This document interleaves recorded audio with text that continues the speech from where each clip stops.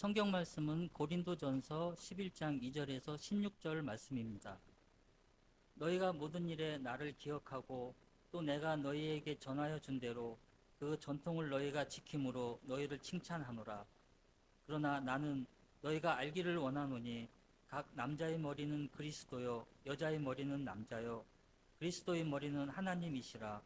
무릇 남자로서 머리에 무엇을 쓰고 기도나 예언을 하는 자는 그 머리를 욕되게 하는 것이요 무릇 여자로서 머리에 쓴 것을 벗고 기도나 예언을 하는 자는 그 머리를 욕되게 하는 것이니 이는 머리를 민 것과 다름이 없음이라.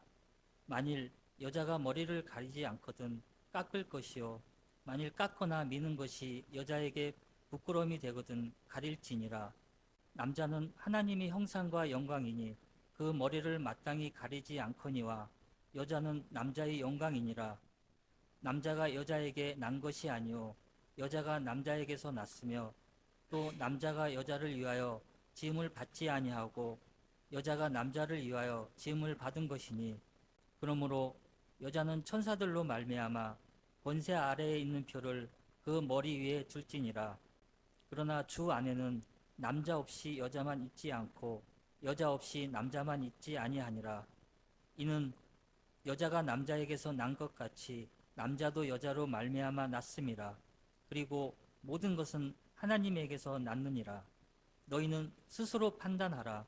여자가 머리를 가리지 않고 하나님께 기도하는 것이 마땅하냐? 만일 남자에게 긴 머리가 있으면 자기에게 부끄러움이 되는 것을 본성이 너희에게 가르치지 아니하느냐? 만일 여자가 긴 머리가 있으면 자기에게 영광이 되나니 긴 머리는 가리는 것을 대신하여 주셨기 때문이니라. 논쟁하려는 생각을 가진 자가 있을지라도 우리에게나 하나님의 모든 교회에는 이런 관례가 없느니라. 아멘. 네, 오늘 복음과 문화 이런 제목으로 하나님의 말씀 증거하겠습니다.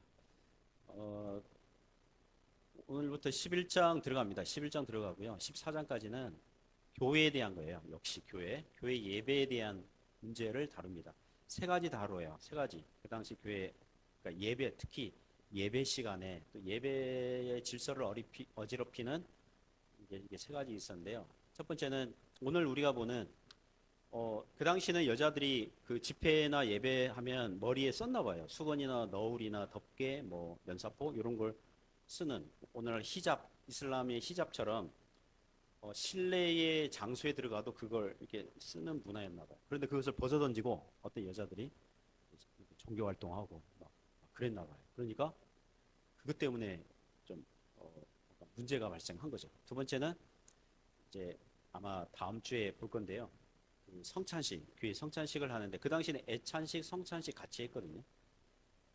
그때는 주일이 쉬는 날이 아니잖아요. AD 300년대에서나 일요일을 공휴일로 해서 주일을 드렸는데 그때는 일하고 오면 저녁에 모였단 말이에요. 그럼 저녁에 교인들이 모여서 식사를 먼저 하고 식사 거의 끝날 즈음에 성찬식을 했는데 그때 어떤 사람들이 이미 자기들 먹을 걸 가지고 와서 먹고 마시고 가난한 사람들은 일 늦게 끝나서 교회당에 왔는데 예배 장소에 왔는데 먹을 거 없고 그러면서 우리 한 형제 자매니까 성찬식 합시다 요래 가지고 사회적으로 약자들을 차별하는 그런 게 있어서 이제 그걸 다루게 되고요.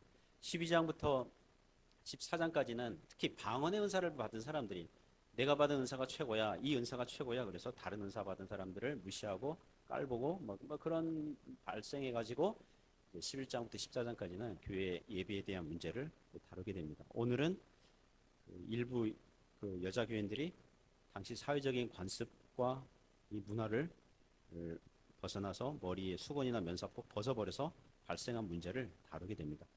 그래서 오늘 말씀은 기독교 복음을 신자들이 지금 살고 있는 사회의 문화 속에서 어떻게 복음의 삶을 살고 적용할 것인지 교훈하는 말씀입니다.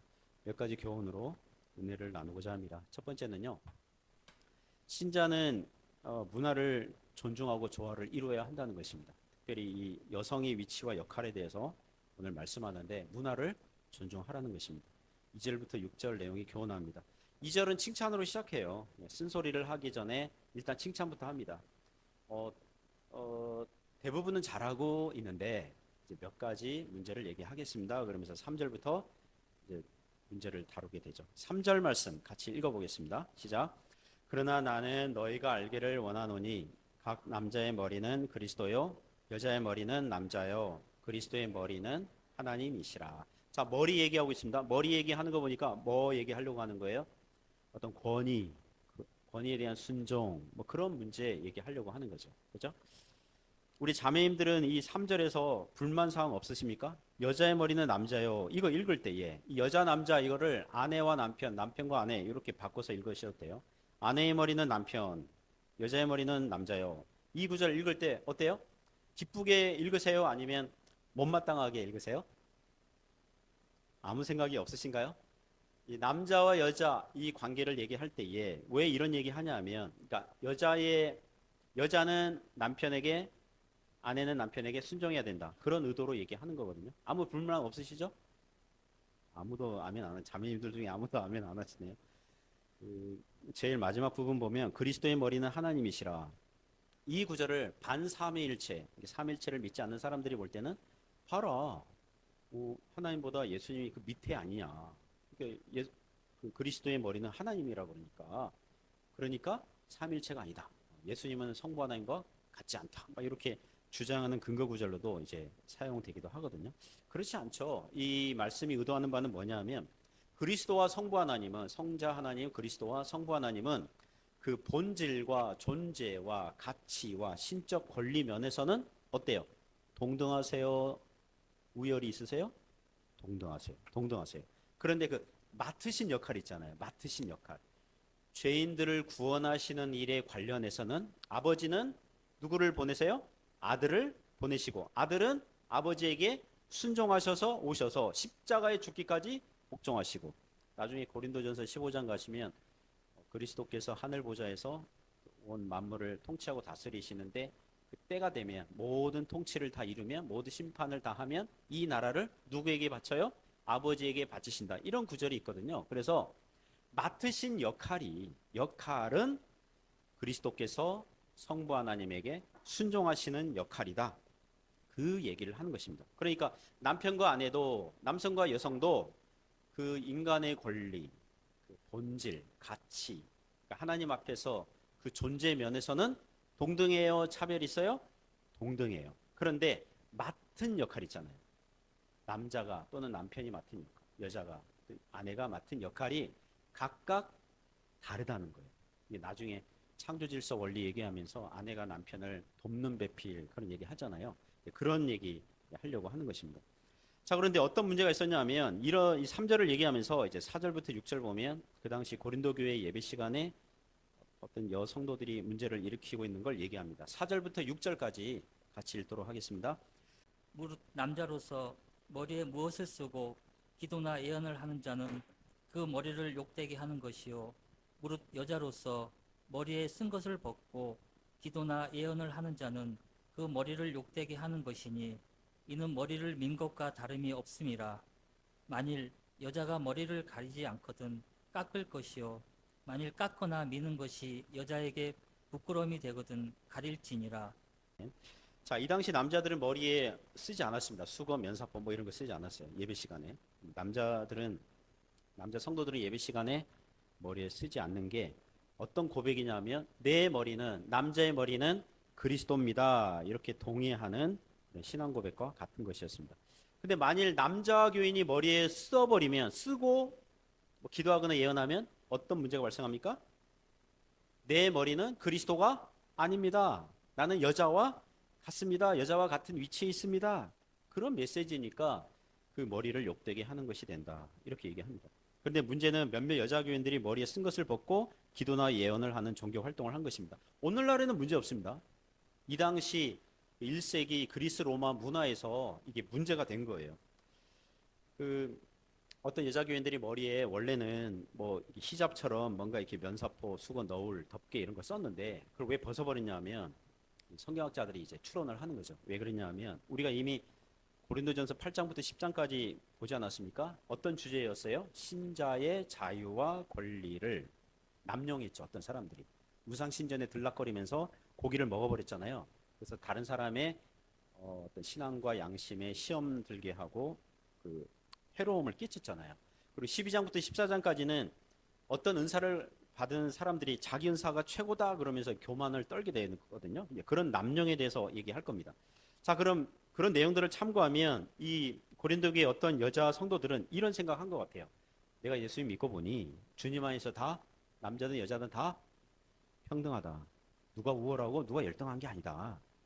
그러니까 그 당시 문화에서는 여자들이 외출할 때 뭐 이렇게 뭘 쓰고 이게 가리고 이렇게 다녔는데 그럴 수 없다. 남자들도 저렇게 다 그냥 멀쩡하게 다니는데 그럴 수 없다. 그래서 교회에서부터 우리가 이것을 실천하자. 교회 집회로 모여서 이게 벗어버린 겁니다. 여자를 상징하는 그런 것들을 다 그냥 벗어버린 것입니다. 그러니까 고린도전서 8장부터 10장은 신자의 자유와 권리가 다른 사람의 유익을 위해서 제한하라 이렇게 한 것처럼 오늘 본문은 신자의 자유와 권리가 당시 문화와 충돌이 된다면 어떻게 해요? 문화를 깨지 말고 존중하라, 조화를 이루라 그런 말씀입니다. 물론 사회 문화가 이제 악습이 있다면 하나님의 말씀과 다르다면 그건 깨야 되겠죠. 예를 들면 우리나라 같은 경우에 기독교가 이게 선교 역사 초기에 들어올 때에 그 조상제사 같은 그런 문화 있잖아요. 그 효를 가장한 그죠? 조상이 신처럼 섬겨지는 그런 제사는 우상숭배다. 그러면서 한국교회 선교 초기부터 거부를 했습니다. 네, 거부를 했고요.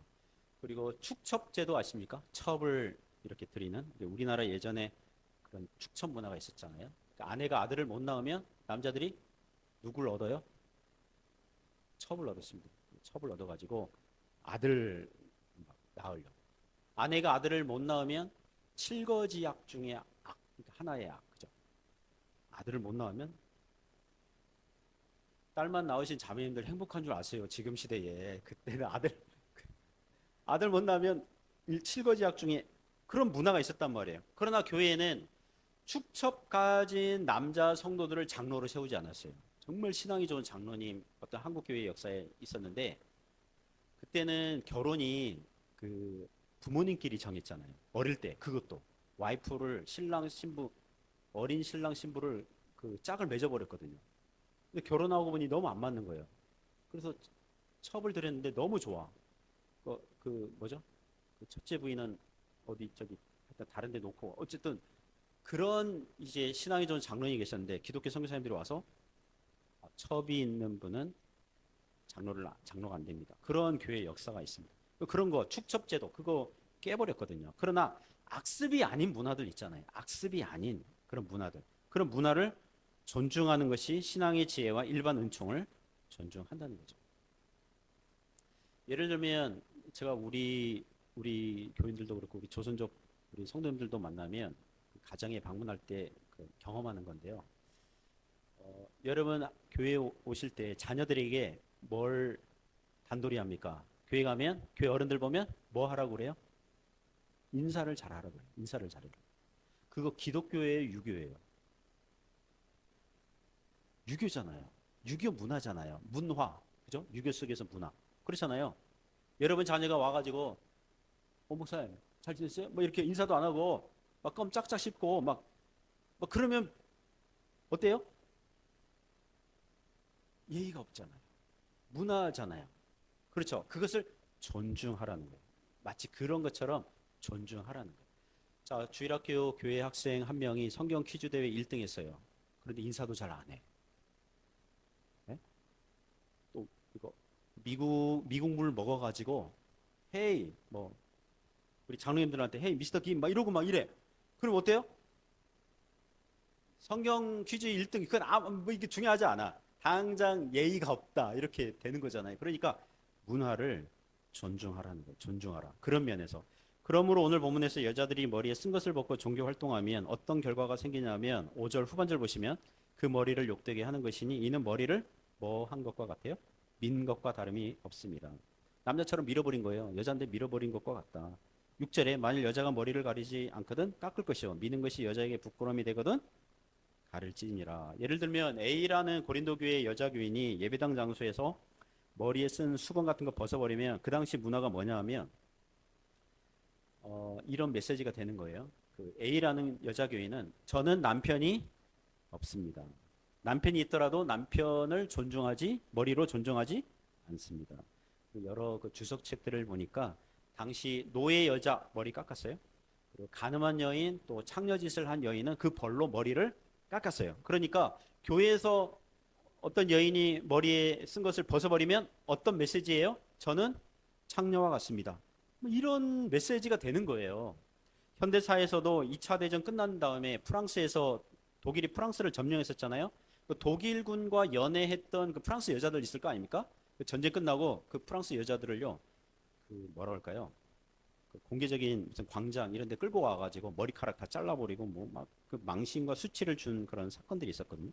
그러니까 이 당시에 머리를 깎았다, 밀었다. 이것은 여자에게서 수치와 모욕, 어떤 창녀로 오해받는 것 그런 메시지가 있다는 것입니다. 그래서 6절에 일관성을 가지라. 이게 약간의 풍자적인 말씀이죠. 여자가 머리를 가리지 않거든 남자처럼 깎아라. 그게 싫다면 가려라. 그러니까 여자 성도들은 자기 머리를 가려서 당시의 문화를 존중해라. 그런 거죠. 우리나라 선교 초기 역사에서 그 선교사들이 복음 전하고 교회를 세웠는데요. 한국 문화를 보니까 6.25 문화인데 남녀 7세 부동석, 남자 여자아이가 7살만 되어도 같은 자리에 있지 않게 했어요. 자, 교회당을 세웠는데 어떤 형태로 세웠을까요? 선교 한국 교회 선교 초기 역사에 보면 기역자 형태로, 기역자로. 그래서 강단이 이렇게 되면 이렇게 기역자 돼가지고요. 이쪽에는 남자 성도들, 이쪽에 여자 성도들만 앉도록 했어요. 그러니까 서로 예배 시간에 못 봐요. 서로 못 봐요. 나중에 좀 시대가 지나면서 합쳤지만 그 가운데 뭘 설치했을까요? 남자석과 여자석에 앞에 가림막, 천막 이걸 설치했어요. 나중에 좀 더 시대가 지나면서 개방적인 문화가 되면서 그것을 벗긴 거예요. 또 시대가 지나면서 서로 남자석, 여자석 가리지 않고 앉게 된 거예요. 사랑하는 우리 자매님들 여러분, 행복한 시대에 살고 계신 줄 아세요? 그냥 앉잖아요. 별 문제 없잖아요. 별 문제 없잖아요. 1세기 그리스 로마 문화에서는 그랬다는 것입니다. 그러므로 교회는 남자와 여자의 위치와 역할에 대해서 생각할 때 그들이 살아가는 사회의 문화를 존중하고 조화를 이루라는 것입니다. 그런 은혜가 있기를 축복합니다. 두 번째 교훈은요. 신자는 여성의 위치와 역할에 대해서 창조 질서를 따라야 된다 말씀하고 있습니다. 창조 질서를 따라야 된다. 7절부터 12절 내용이 교훈합니다. 사도 바울 선생님은 단지 당대의 사회적 문화와 어떤 개방 여부에 따라서만 권면하는 게 아니라 하나님의 창조 질서로부터 가지고 와서 교훈합니다. 7절에 보시면 7절 같이 읽어볼까요? 남자는 하나님의 형상과 영광이니 그 머리를 가리지 않거니와 영광이니라. 아멘. 남자는 그 머리에 가리지 않는 게 하나님의 형상대로 지음 받았고 그 무슨 말이냐면 그 하나님의 형상과 영광이니 하나님의 형상 그러니까 하나님의 대리자로서 만물을 정복하고 지배하고 다스리는 그런 역할을 맡은 면에서 머리에 쓰지 않았어요. 머리에 써버리면 나는 하나님 대리자 안 할 거예요.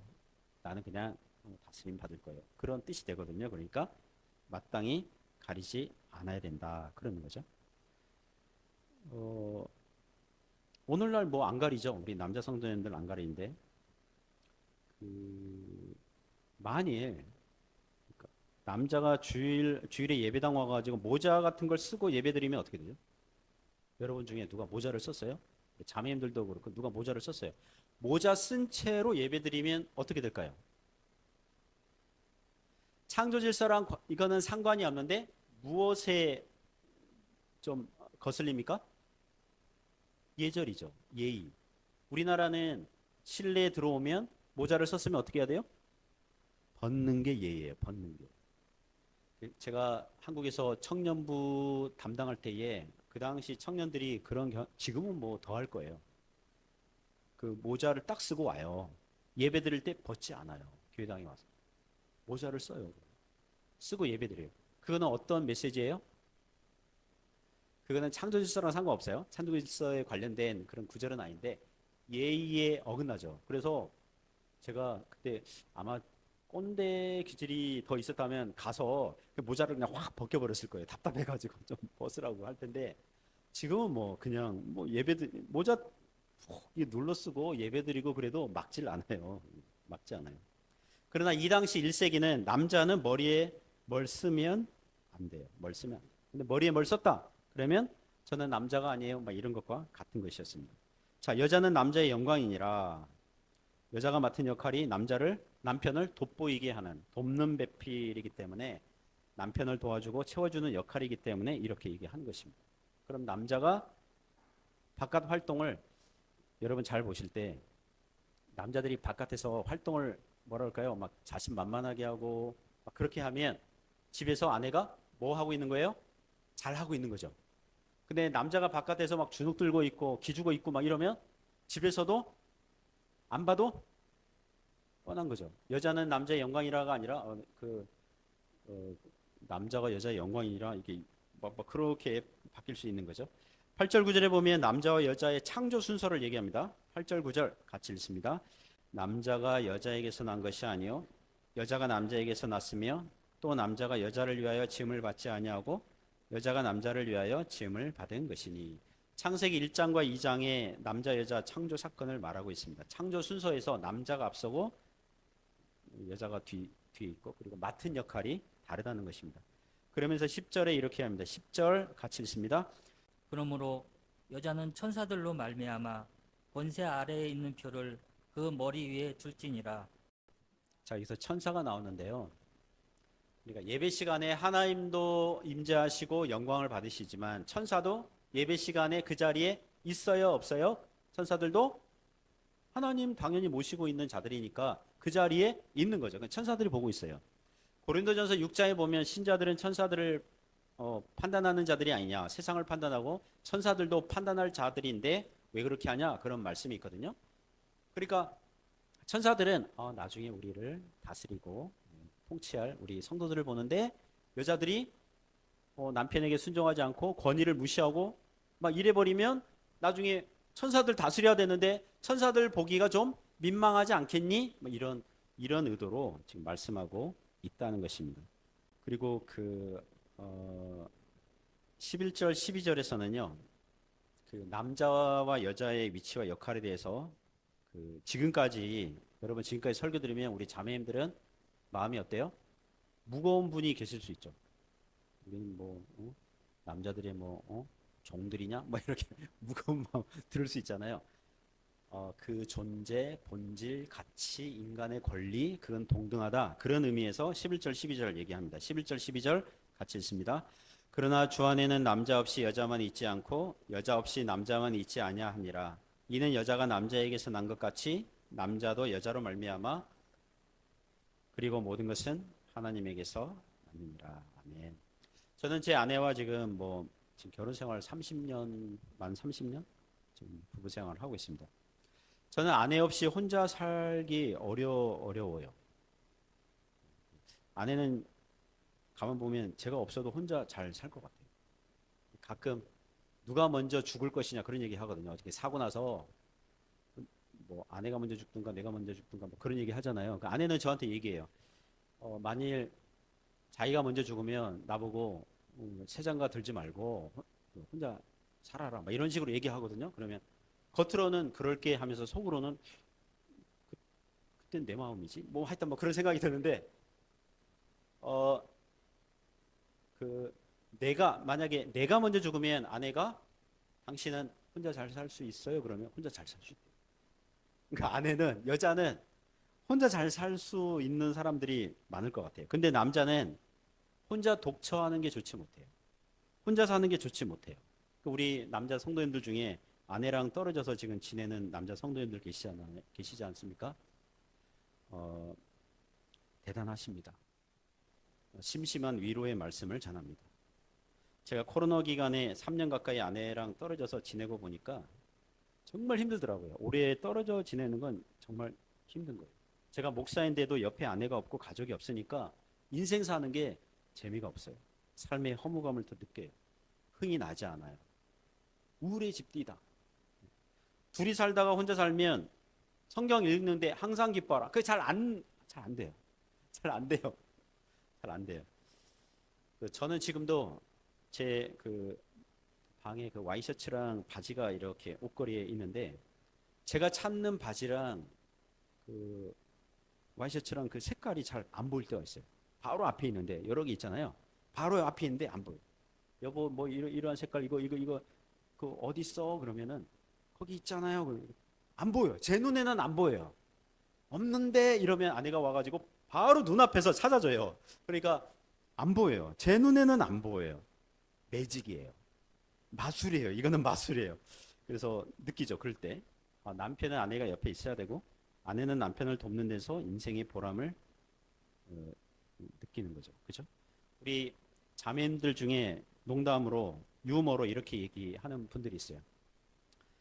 집에 자녀들이 딸만 있는데 그래도 큰아들이 하나 있다 그래요. 큰아들 누구냐 자세히 들어보면 자기 남편 얘기하는 거예요. 자기 남편 보고 큰아들 그런 것 같아요. 이 모든 것이 하나님에게서 났느니라. 하나님께서 남편과 아내를 그렇게 만나게 하신 거예요. 그래서 그렇게 세워지게 하는 겁니다. 이런 창조 질서를 잘 알아서 맡은 역할을 잘 감당할 수 있기를 바랍니다. 세 번째 교훈은 신자는 여자의 위치와 역할에 대해서 지혜와 상식으로 판단해 보라고 합니다. 13절부터 16절에서 교훈합니다. 13절 보시면 이렇게 얘기합니다. 13절 같이 읽습니다. 너희는 스스로 판단하라. 여자가 머리를 가리지 않고 하나님께 기도하는 것이 마땅하냐? 오늘날 세계관과 문화에서는 전혀 이상하지 않죠? 우리 교회에서 자매님들이 뭐 대표 기도할 때 있잖아요. 성경 봉독하려고 강단에 설 때 있습니다. 그리고 찬양하는 우리 찬양팀 우리 자매님들로 이루어져 있죠. 이주희 원사님과 그 자매님들, 이주희 시스터즈 뭐 그 팀이 있는데 자매님들이 만약에 모자 쓰고 면사포 쓰고 막 뭐 히잡 같은 거 둘러 쓰고 찬양하고 막 기도하고 이러면 어떨까요? 분위기가 오히려 이상하죠. 오늘날 문화에서는 그게 이상한 거죠. 그죠? 그러나 1세기 고린도 교회가 살고 있던 시대와 사회는 그렇지 않았다는 것입니다. 그 당시 교회 예배 시간에 여자가 머리에 무엇을 쓰지 않고 강단에 올라가서 대표 기도하거나 찬양을 부르거나 이러면 그때 그 자리에 있는 남자 성도들과 여자 성도들은 놀라워 자빠지는 거죠. 저 여자 성도들은 남편들이 없나 봐. 또는 이 사회가 진짜 못마땅한가 봐. 또는 어, 저는 간음하거나 참여짓을 한 사람들이 당하는 그런 짓을 하는데 그러니까 안 믿는 사람들을 보기에도 이거는 덕이 안 되는 거죠. 그러니까 여자가 머리를 가리는 것이 마땅하다. 이제 그런 얘기 하는 것입니다. 그러면서 14절과 15절 보시면 남자와 여자의 머리를 비교하면서 설득하죠. 14절, 15절 같이 읽습니다. 만일 남자에게 긴 머리가 있으면 자기에게 부끄러움이 되는 것을 본성이 너희에게 가르치지 아니하느냐. 만일 여자가 긴 머리가 있으면 자기에게 영광이 되나니 긴 머리는 가리는 것을 대신하여 주셨기 때문이니라. 여기서 15절에 보면 여자가 긴 머리 있는 게 자기에게 영광이 되고 긴 머리는 가리는 것을 대신한다. 이거는 우리 자매님들 머리가 뭔가 덮개, 수건, 너울 뭐 이렇게 쓰지 않아도 된다는 게 아니라 필요한 머리라는 거죠. 이제 덮개가 필요한 머리 그걸 주셨다는 거죠. 만일 이 구절이요 조선시대의 남자들이라면 이 구절을 읽었을 때 어떻게 했을까요? 그 당시는 조선시대는 머리카락이라도 부모님이 주신 신체의 일부이니까 깎지 않는 게 그 사회의 효도와 정절의 문화였거든요. 그렇잖아요. 그 14절 보시면 남자에게 긴 머리가 있으면 자기에게 부끄러움이 되는 것을 본성이 너에게 가르치지 아니하느냐. 조선시대는 안 가르쳤어요. 그렇게 양심, 사회적인 문화, 상식적으로 그 상투를 이렇게 하고 하여튼 남자도 긴 머리였다고요. 조선시대는. 그렇잖아요. 그런데 대한제국 시절에 왕부터 솔선수범하면서 이제 신식 사회가 됐으니까 머리를 깎자 이래. 그래가지고 처음에는 전국적인 반발이 일어났지만 그렇게 시행이 됐잖아요. 고대 유럽의 어떤 나라들은 남자들도 머리를 길렀다고 그래요. 그러나 현대로 오면서 대부분의 나라들과 사회에서는 남자들은 여자처럼 긴 머리를 하지 않습니다. 그러니까 세속 역사의 문화가 바뀌는 것도 하나님의 섭리 중에 하나라는 것입니다. 그래서 오늘날 어떤 남자들이 꽁지 머리를 하고 오면 받아줘요, 안 받아줘요? 만약에 우리 장로님들 중에 한 분이 장발 이렇게 하고 막 꽁지 머리 딱 하고 오면 어때요? 어떻게 인사할까요? 당장 자르세요 그럴까요? 존중하죠. 지금은 남자들 장발 뭐 이렇게 존중하죠. 존중합니다.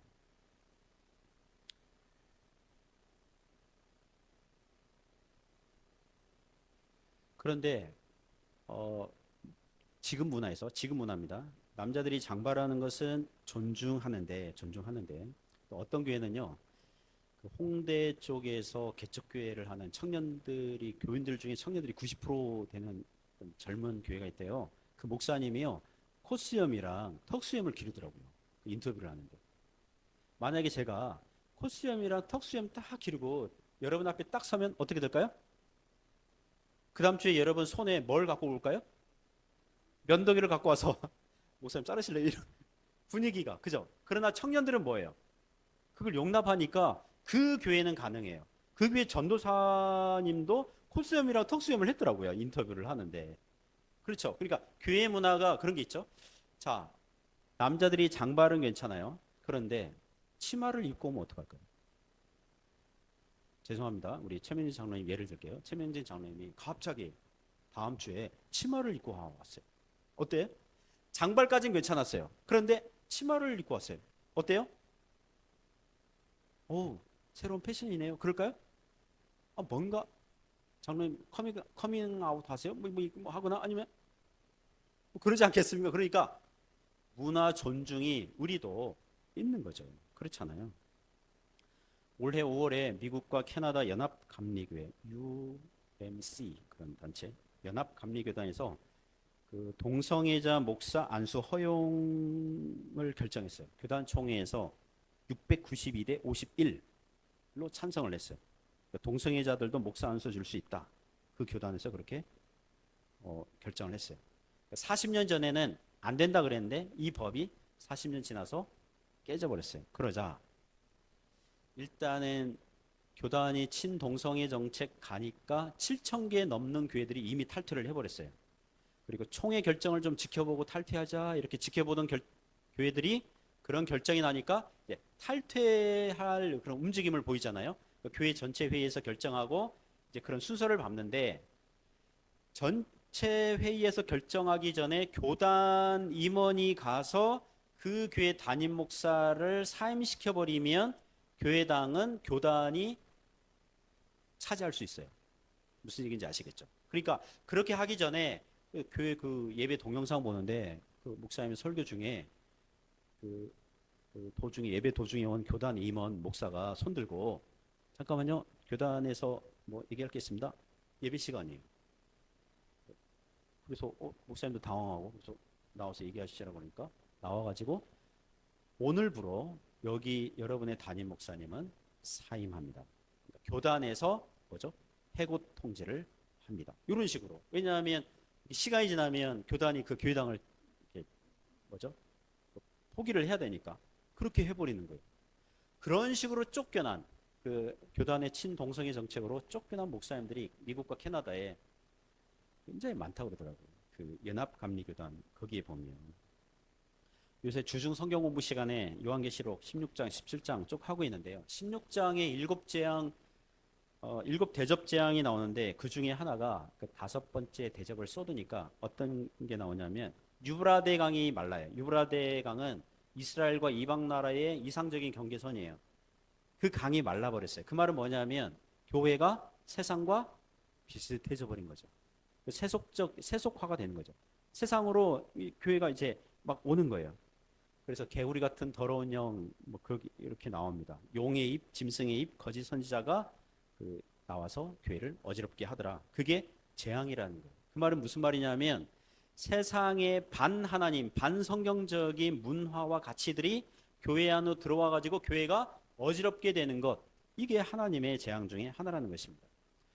아까 미국 감리교단, 연합감리교단 그 얘기했는데 그 교단 결정을 할 때에 이건 미국 교회, 미국 그 교회예요. 미국 교회인데 미국 한인교회가 아니라 제가 앞서서 말씀드린 것은 한인교회 얘기고요. 그 미국 교회인데 거기 부목사인가 봐요. 동성애자예요. 그래가지고 그 교단 결정한 날 교회가 그 목사에게 설교할 기회를 줬어요. 설교단에 나올 때 어떻게 나온지 아세요? 여자처럼 화장을 하고 여기 뭡니까 이게 화장을 쫙 하고 여자처럼 옷을 딱 입고 와가지고 자기 이름이 원래 이름이 예를 들면 뭐 존이라고 합시다. 존인데 세컨 네임 부캐. 네. 자기 이런 이쪽 성 정체성에 또 다른 이름이 있다 그러면서 뭐 제니 뭐 어쩌고. 제가 그 장면 보는데 토 나올 뻔했어요. 역겹고. 그거는 본성이 가르치는 거. 본성이 가르치는 거잖아요. 그건 아닌 거잖아요. 타고난 판단과 직관력이 역겹고 부끄럽다고 소리 지르는 거거든요. 사랑하는 성도 여러분, 우리 한국 교회가 깨어 있어야 될 줄 믿습니다. 깨어 있지 않으면 이 개구리들의 소리에 혹하게 넘어가는 것입니다. 그러면서 16절에 이렇게 얘기합니다. 16절 같이 읽습니다.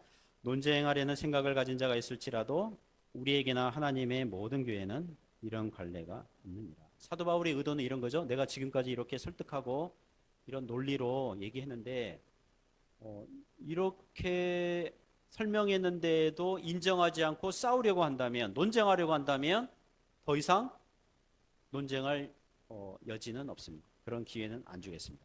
교회에서 우리에게나 하나님의 모든 교회도 이런 관례가 없는 것입니다. 이렇게 얘기하는 거죠. 사랑하는 성도 여러분, 오늘날 우리는 1세기 고린도 교회의 문화와 같은 문화 속에서 살고 있지는 않아요. 그러나 여전히 남자와 여자의 위치와 역할은 성경적으로 창조 질서 안에서 하나님 말씀 안에서 주어진 줄 믿습니다. 남자와 여자는 그 본질과 존재와 가치와 인간의 권리로서는 동등합니다. 남자나 여자나 그리스도 안에서 하나이고 동등함이 차별이 없습니다. 하나님 앞에서 다 귀한 존재들인 줄 믿습니다. 그러나 맡은 위치와 역할이 각각 다른 것입니다. 남편에게 아내가 있는 것은요. 남편에게 아내가 있는 것은 하나님의 선물인 줄 믿습니다. 제가 남자의 입장에서 보면 축복이에요. 다행이에요. 우리 형제 여러분, 아내가 있습니까? 하나님의 선물이고요. 그 아내는 하나님의 선물이고 축복이에요. 그리고 이게 기독교 용어는 아니지만 다행이에요. 여러분에게 다행이에요. 우리 형제님들은 여러분의 아내가 없었으면, 지금의 아내를 안 만났으면 여러분은 뭐가 안 될 뻔했어요? 제가 원하는 대답은 두 글자입니다. 뭐가 안 될 뻔했어요? 사람이 안 될 뻔했어요. 사람이 안 될 뻔했어요. 사람다운 사람이 안 될 뻔했어요. 남자는 아내를 만나서 사람이 되고 아내는 언제 사람이 돼요? 아내는 남편 만나서 사람 되지 않아요. 그러니까 사람다운 사람이 되려면 아내는 누구 때문에 사람이 돼요? 자식 때문에. 자식 때문에 속썩이 있고 이러면 사람이 되는 거죠. 남편은 어찌어찌해서 사람을 만들어 놨는데 아내는 자식은 지 맘대로 하거든요. 그래서 속이 상해서 자식을 하나님께 맡기고 기도하고 올려드리는 과정에서 속이 여물어지고 사람이 되는 거죠. 그렇게 가정을 하나님께서 주신 줄 믿습니다. 우리의 자유와 권리가 사회의 문화를 존중하고 하나님의 창조 질서를 따라서 순종하고 지혜와 상식으로 생각하고 판단하면 교회는 그리고 가정은 진리 안에서 경건하게 세워질 줄 믿습니다. 그런 은혜가 있기를 주님의 이름으로 축복합니다.